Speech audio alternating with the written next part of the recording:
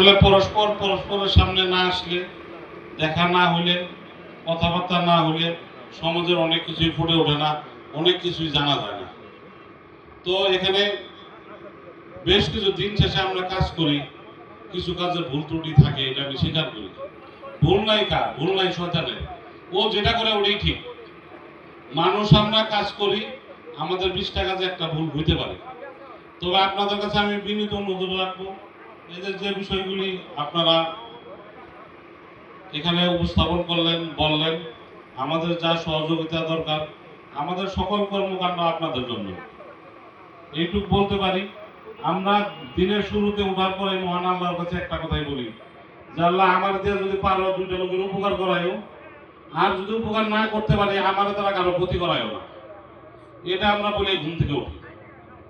কারণ আমরা বিশ্বাস করি এই ইহকাল পরকাল একটা শব্দ আছে, আমরা মুসলমান বিশ্বাস করি। আল্লাহ আমাদেরকে এখানে বিচারক হিসাবে পাঠিয়েছে, আমাদের বিচারও হবে। আমরা যদি অন্যায় করি, এটার ফল আমাদের ভোগ করতে হবে।